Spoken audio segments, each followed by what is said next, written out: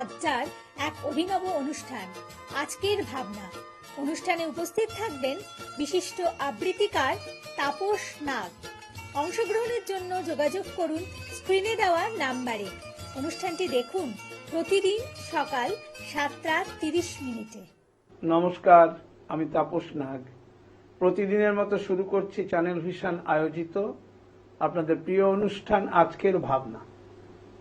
আজ আমরা যে অনুষ্ঠান আপনাদের সামনে রাখব সেটা হচ্ছে বিভিন্ন মঞ্চ থেকে তুলে আনা অনুষ্ঠান। আপনারা জানেন কাব্যলোক সংস্থা বিভিন্ন সময়ই কলকাতার বিভিন্ন মঞ্চে বিভিন্ন অনুষ্ঠান করে থাকেন। তারই কোনো কোনো অনুষ্ঠানের কিছু কিছু অংশ নিয়ে আমরা আজকের অনুষ্ঠানটিকে সাজিয়েছি। আর আপনাদের প্রত্যেককেই বলি আমরা যে যারা এই ধরনের অনুষ্ঠান করেন তারা অবশ্যই আমাদের সঙ্গে যোগাযোগ করবেন। আমরা চেষ্টা করব যদি আমাদের পক্ষে সম্ভব হয় আমরা আজকের ভাবনায় দেখানোর। যাই হোক, আমরা আজকে প্রথমে সম্প্রতি এক অনুষ্ঠানে কাব্যলোক বাচিক শিল্পী তন্ময় বক্সী, এবং শুধু বাচিক শিল্পী নন, উনি মেট্রো রেলের একজন কর্মচারী, কিন্তু কবিতাকে ভালোবেসেই তার দিন যাপন এবং কবিতাই তার জীবনের একমাত্র চলার পথের পথিকৃৎ।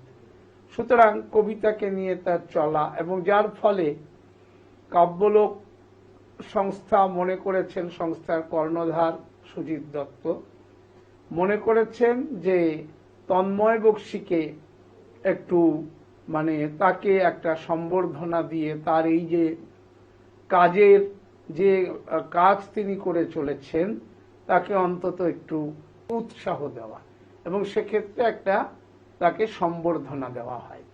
তো সম্প্রতি আমরা সেই অনুষ্ঠান থেকেই তন্ময় বক্সীর কিছু কথা, কিছু কবিতা আপনাদের সামনে তুলে ধরছি।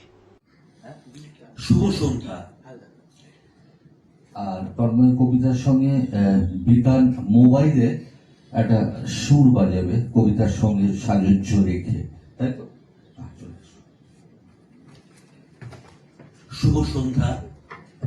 কাব্যলোকের পক্ষ থেকে এখানে উপস্থিত সকল গুণীজনকে জানাই আমার আন্তরিক শ্রদ্ধা।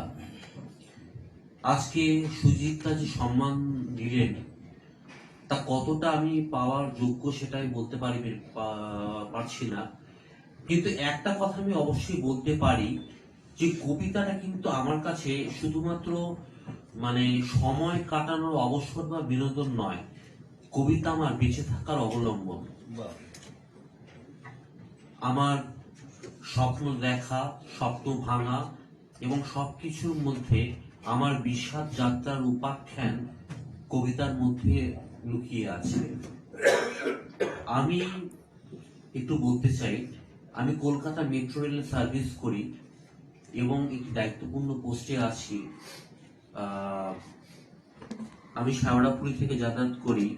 নানা প্রতিকূলতার মধ্যে আমাদের দিনগুলো কাটে, এবং সর্বতভাবে আমি নিজেও কিছু আমার শারীরিক অসুবিধা আছে, কিন্তু তবুও আমি সময় পেলেই, ইভেন এটা পাগলামি মনে হতে পারে, রাত্রি 11:30-12টার সময় যখন কোনো কবিতার লাইন মাথায় আসে আমি তখনই উঠে গিয়ে সেই লাইনটা লেখার জন্য আমি আগ্রহী হয়ে উঠি। যে লাইনটা বেরিয়ে গেলে আমার থেকে ওই লাইনটা আসবে না রাত্রি 11:30-12টার সময়।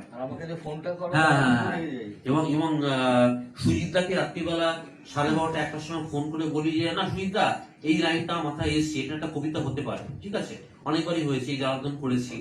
তো এই খ্যাপামিটা আছে, যদিও বলা উচিত নয়, অফিসের মধ্যে যদি একটু অবসর সময় পাই সেখানে একটা পেন এন্ড পেপার নিয়ে আমি সেখানে বসে যাই কবিতা লিখতে।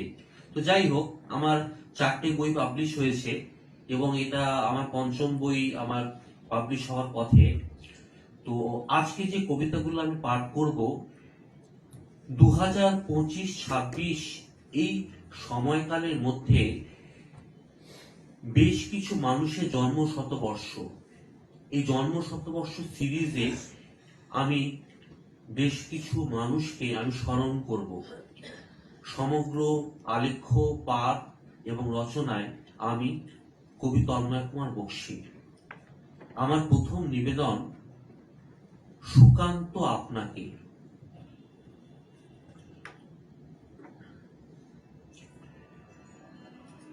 কবি, আজ আমরা এক অতলান্ত খাদের কিনারায় এসে দাঁড়িয়েছি। এমন এক গভীরতা যা ভাবিকালে গ্রাস করবে সমগ্র বিশ্ব জগৎ মহাকালকে। এই বিষণ্ণতার মধ্যে একটি মুখ চিরভাস্বর হয়ে ওঠে, সে মুখ আপনার।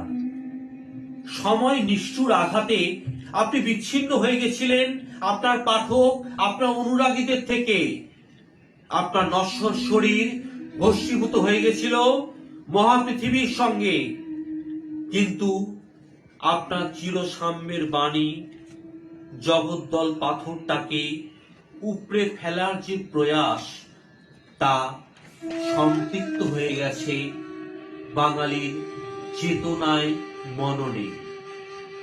সুকান্ত একবার দিকচক্র বালের দিকে তাকান, একবার অস্তমিত সূর্যের দিকে তাকান। দেখুন, অজস্র কারখানা থেকে লক্ষ লক্ষ কোটি কোটি মেহনতি মানুষ এগিয়ে আসছে। ঘুম ধরা সমাজটাকে এরাই সংস্কার করবে। আপনি শুধু একবার এদের পথ নির্দেশক হন কবি। আপনি তো একদিন সবাইকে আসন্ন দুর্দিনের কথা বলে জাগবার মন্ত্র দিয়েছিলেন। আরো একবার জেগে উঠতে হবে কবি। তৈরি করতে হবে এক শোষণমুক্ত, বৈষম্যহীন সমাজ, যেখানে থাকবে না মুনাফাবাজ কালোবাজারিদের ভিড়। আবার আকাশের সবটুকু নিয়ে উদিত হবে লাল রঙের রক্তিম সূর্য। দেখতে পাচ্ছি সুকান্ত, আপনার চিন্তাশীল সুপ্রসন্ন মুখ শোভা পাচ্ছে সেই সূর্যে। আর পৃথিবীর সমস্ত মেহনতি মানুষ জড়ো হচ্ছে সেই সূর্যের নিচে, সেই সূর্যের নিচে, সেই সূর্যের নিচে।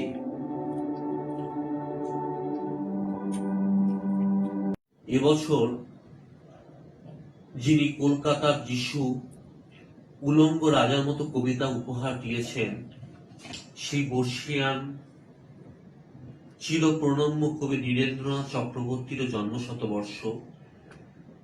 আমার লেখা নিবেদন বটবৃক্ষ।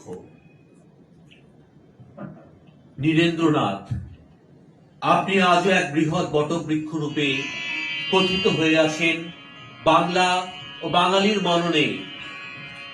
ই এক বিপন্ন সময়, যেখানে বিপন্ন মূল্যবোধ ও আত্ম অবক্ষয়ের ফলে আমাদের অস্তিত্ব বিপন্ন। কবি, এই আত্ম অবক্ষয়ের কথা তো আপনি বহু আগে লিখে গেছেন মৌলিক নিষাদ কবিতায়। লিখেছিলেন আত্ম অবক্ষয় ও অস্তিত্বের সংকটের এক নিদারুণ উপাখ্যান। কিন্তু আজও আমরা সজাগ হইনি। আত্মহননের প্রবণতা আজও আমাকে তাড়া করে বেড়ায়, আমাদের তাড়া করে বেড়ায়। কিন্তু এই অশান্ত সময়ে প্রাসঙ্গিক হয়ে ওঠে আপনার কবিতা, যেখানে আপনি বারবার উত্তরণের কথা বলেছেন। আপনি এক বিশুদ্ধ আকাশের কথা বলেছিলেন, যার রং গাঢ় নীল, ঘন নীল। সেই এক আকাশ ভর্তি বাতাস আর বিশুদ্ধ অক্সিজেন নিয়ে আমরা এগিয়ে যাব দিকচক্র বালের দিকে। দেখুন কবি, আপনার স্বদেশের অন্ধকার আস্তে আস্তে কেটে যাচ্ছে। দেশ আর অন্ধকারে ঢাকা থাকবে না। ওই দেখুন, আপনার অজস্র অনুগামী ভক্তের দল এগিয়ে আসছে। পরিষ্কার নীল আকাশে ফুটে উঠছে আপনার পূর্ণ অবয়ব। সমস্ত আকাশটাই একটা বিশাল ক্যানভাস, যেখানে আপনার সদা প্রসন্ন মুখ শোভা পাচ্ছে। জানি আপনার হাত ধরেই আমরা অন্ধকার ভেদ করে পাড়ি দেব আলোর দিকে। আপনার গোলাপ যাত্রার মতো একদিন আমরাও অনন্ত জীবন পাব। মুক্ত বাতাস আর চোখে অজস্র স্বপ্ন নিয়ে আমরা পা বাড়াবো ভাবি কালের দিকে, ভাবি কালের দিকে। তিনি কিন্তু কোনো কবি বা সাহিত্যিক নন, বাঙালির ম্যাটিনি আইডল, বাঙালি ম্যাটিনি আইডল মহানায়ক উত্তম কুমার। 1926 সাল তার জন্ম, 1980 সাল তার মৃত্যু। ওনারও শতবর্ষে দোরগোড়ায়। উত্তম কুমারকে নিয়ে আমার লেখা মহানায়ক। টালিগঞ্জের মোড়, উত্তরকালের দিকে চেয়ে আছেন আপনি মহানায়ক। আজ শুধু আপনার সুসজ্জিত মূর্তি পা বাড়াচ্ছে ভাবি কালের দিকে। লোকে আপনাকে উত্তম কুমার তথা মহানায়ক বলেই চেনে, কিন্তু অরুণ থেকে উত্তম হবার পথটা অনেকেরই অচেনা। চিত্রশিল্পী ছবি তোলেন ক্যানভাসে, আর আপনি আপনার লালিত্যময় মুখ, উদাত্ত কণ্ঠস্বর, ভুবন ভোলানো হাসি, গভীর মায়া ভরা চোখে শিল্প নির্মাণ করতেন চলচ্চিত্রের পর্দায়। আপনার জীবনবোধ সম্পৃক্ত হয়ে গেছে আপনার অভিনয়ের সঙ্গে। অন্য অভিনেতারা যখন শুধুমাত্র অভিনয়ের চেষ্টা করে, তখন আপনার কথা বড় মনে পড়ে, কারণ অভিনয় নয়, আপনি সম্পৃক্ত হয়ে গেছেন চরিত্রের সঙ্গে। আজ আপনি নেই। মহাকালের স্রোতে ভেসে গেছে 45টা বছর, তবু বাঙালির মননে, বাঙালির চিন্তনে আজও অক্ষয় আপনি। আপনি হচ্ছেন সেই সুউচ্চ চূড়া যা অতিক্রম করা কোন বাঙালির পক্ষেই দুঃসাধ্য। আপনি নেই, আপনার স্মারক হিসেবে রয়েছে আপনার স্ট্যাচু, যেখানে আপনি পা বাড়াচ্ছেন ভাবি কালের দিকে। হয়তো সেখান থেকে একদিন উঠে আসবে ভবিষ্যতের মহানায়ক, ভবিষ্যতের মহানায়ক। আপনারা তন্ময় বক্সির বিষয়ে শুনলেন। এবার আমরা সুস্মিতা দত্তের কণ্ঠে কাব্যলোক আয়োজিত বিভিন্ন অনুষ্ঠান থেকে দুখানি গান আপনাদের সামনে তুলে ধরব। সুস্মিতা দীর্ঘদিন ধরে গানের জগতে যুক্ত এবং কলকাতার বিভিন্ন মঞ্চে নিয়মিত তার গান আপনারা শুনে থাকেন। আমরা সুস্মিতার কণ্ঠে পরপর দুখানি গানে, দুটি অনুষ্ঠান থেকে দুখানি গানে আমরা চলে যাব। আকাশে ঝরে বাদল, সে আকাশে চাঁদ উঠবে কে?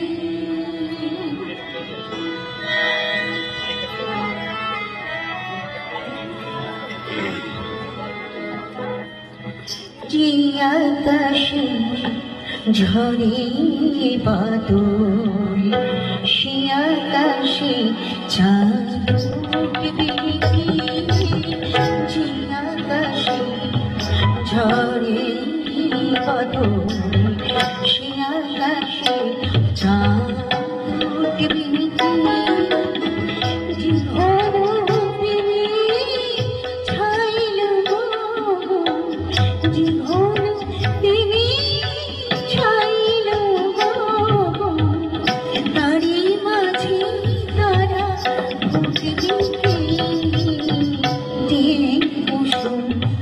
চুরিল ভূতলে যে কুসুম, চুরিল ভূতলে তারি পাশে উড়িল উঠবে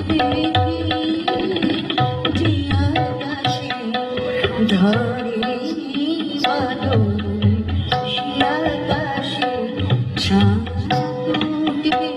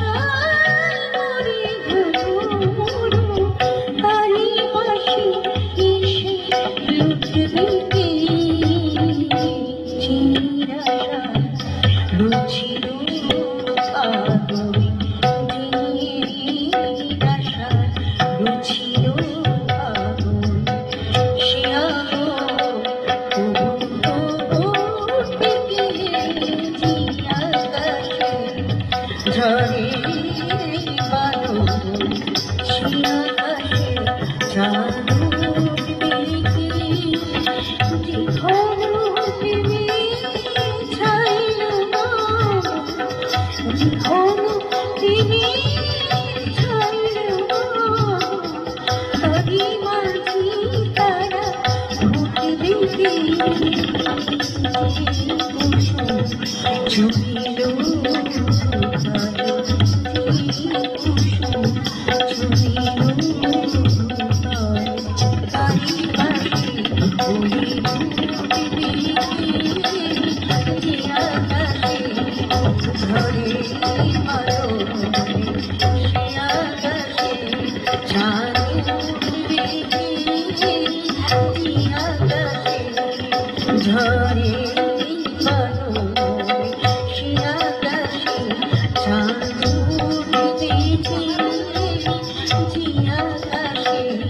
ঝরে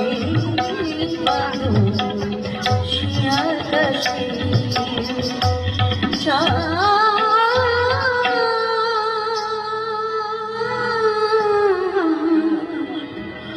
উঠবি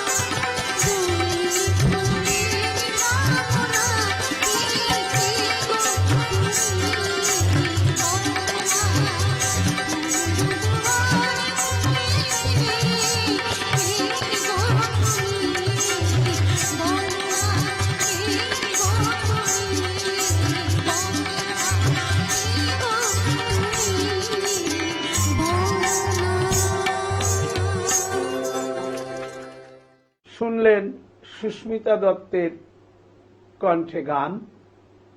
এবার কাব্যলোক সংস্থার কর্ণধার, দীর্ঘদিনের বাচিক শিল্পী এবং পশ্চিমবঙ্গের সাংস্কৃতিক মহলে একটি পরিচিত নাম সুজিত দত্ত, তার কণ্ঠে আমরা কবিতা শুনব কাব্যলোকেরই কোনো একটি অনুষ্ঠান থেকে। এই তীর্থ দেবতার ধরণীর মন্দির প্রাঙ্গণে যে পূজার পুষ্পাঞ্জলি সাজাইন সযত্নে চয়নে, সায়াহ্নের শেষ আয়োজন। যে পূর্ণ প্রণাম খানি মোর সারা জীবনের, অন্তরের অনির্বাণ বাণী জ্বালায় রাখিয়া গেলু আরতির সন্ধ্যা দীপ মুখে। সে আমার নিবেদন তোমাদের সবার সম্মুখে। হে মোর অতিথি যত, তোমরা এসেছ এ জীবনে, কেহ প্রাতে কেহ রাতে, বসন্তে শ্রাবণ বরিশনে। কারো হাতে বীণা ছিল, কেহ বা কম্পিত দীপ শিখা এনেছিলে মোর ঘরে। দ্বার খুলে দুরন্ত ঝটিকা বার বার এনেছ প্রাঙ্গণে। যখন গিয়েছ চলে দেবতার পদচিহ্ন রেখে গেছ মোর গৃহতলে। আমার দেবতা নিল তোমাদের সকলের নাম, রহিল পূজায় মোর তোমাদের সবারে প্রণাম, সবারে প্রণাম। উপস্থিত সবারে প্রণাম। ফেসবুক ফ্রেন্ডস কালচার ইউনিট এই প্রথম আমি এলাম, তবে এই উদ্যোগকে আমি স্বাগত জানাই। বিশেষ করে আমরা ফেসবুক একটা বড় মাধ্যম, একটা সোশ্যাল মিডিয়ার একটা বড় মাধ্যম। বিশেষ করে যারা শিল্পী তাদের কাছে ফেসবুক একটা অন্য মাত্রা নিয়ে চলে যাচ্ছে শিল্পীদের, যেটা এমনকি দূরদর্শনে যেটা আমরা দেখি, বিশেষ করে যে কোনো চ্যানেলে আমরা দেখি, তার চেয়েও বেশি প্রচার কিন্তু এই ফেসবুকে, যেটা আমি আমার জীবনে আমি বিভিন্ন প্রোগ্রাম দিয়ে লক্ষ্য করেছি। তো এই যে একটা সুন্দর একটা প্রচেষ্টা, ত্রিদীপদার আমন্ত্রণ এখানে আসা এবং ত্রিদীপদার উদ্যোগে এই যে একটা অনুষ্ঠান এত সুন্দরভাবে তারা পরিবেশন করছেন, আমি এর শ্রীবৃদ্ধি কামনা করি। উত্তরোত্তর বিভিন্ন শিল্পীরা, আজকে অনেক শিল্পীরা আসবেন এবং এসেছেনও, তারা এই যে সুযোগটা পাচ্ছেন সেই জন্য ত্রিদীপদাকে আরেকবার ধন্যবাদ, এবং উপস্থিত যারা আছেন তাদের প্রত্যেককে সাধুবাদ জানাই যে এইরকম একটা সুন্দর প্রচেষ্টার সামিল আপনারা প্রত্যেকে হন এবং এই উদ্যোগকে যাতে আরো বৃহত্তর পর্যায়ে যেন নিয়ে যেতে পারেন ত্রিদীপদা, আমি সেই আশা সেই আকাঙ্ক্ষা রেখে, আর এই যে মিউজিশিয়ানরা রয়েছেন খুব ভালো বাজাচ্ছিলেন, তা আমি ত্রিদীপদা 2 মিনিট সময় নিচ্ছি।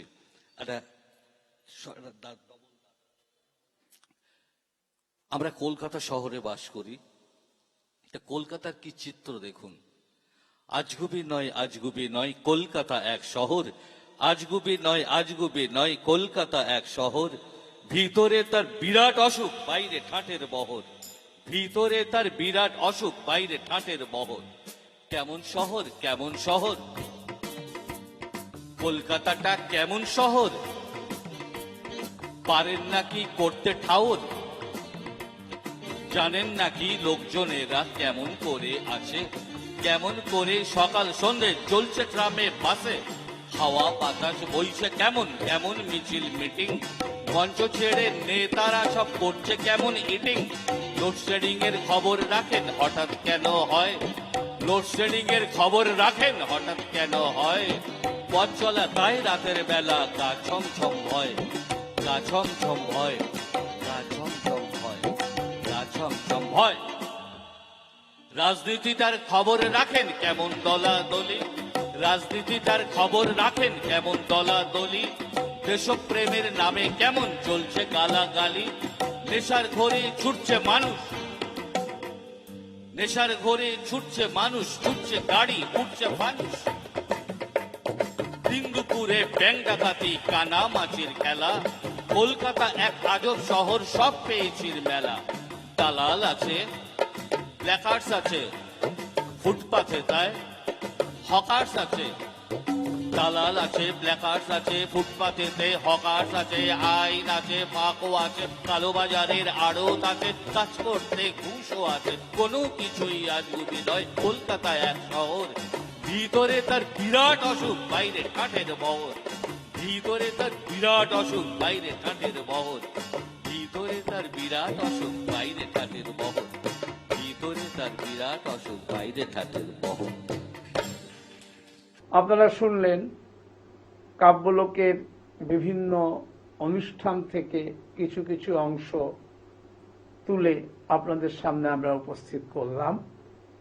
যারা আজকের ভাবনায় এই জাতীয় অনুষ্ঠান মঞ্চে করে থাকেন, তাদের জন্য আজকের ভাবনার দরজা সবসময় খোলা আছে।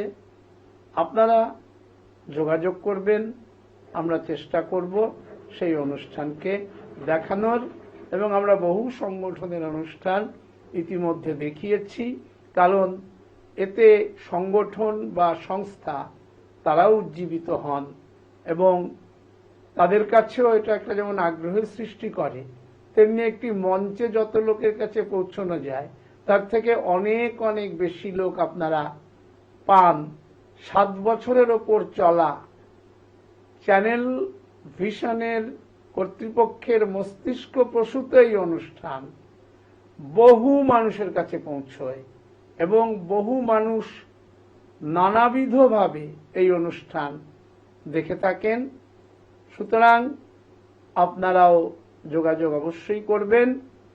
আর পাশাপাশি আমরা আজকের ভাবনার পক্ষ থেকে এইটুকু চাই যে একটু সুস্থ সংস্কৃতির বাতাবরণ বেশি করে তৈরি হোক, এবং যে সংস্কৃতি মানুষের মধ্যে যত বেশি করে পৌঁছতে পারে। কারণ রবীন্দ্রনাথই বলতেন, কোমল হীরের টুকরোকে বলে বিদ্যে, তার থেকে যে জ্যোতি ঠিকরে বেরোয় সেটাই কালচার। সুতরাং যে জাতি সংস্কৃতিবিহীন সে জাতি কখনো কিন্তু মাথা উঁচু করে চলতে পারে না। সেই দিক থেকে আপনাদের আবারও আমরা আমন্ত্রণ জানিয়ে রাখলাম। আমি তাপস নাগ আজকের মতো আপনাদের কাছ থেকে বিদায় নেব।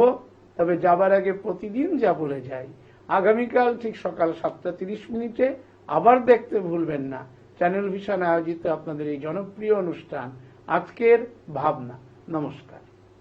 চ্যানেল ভিশন আয়োজিত গান, কবিতা, সাহিত্য ও আড্ডার এক অভিনব অনুষ্ঠান আজকের ভাবনা।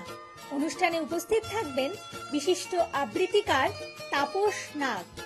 অংশগ্রহণের জন্য যোগাযোগ করুন স্ক্রিনে দেওয়া নাম্বারে। অনুষ্ঠানটি দেখুন প্রতিদিন সকাল 7:30।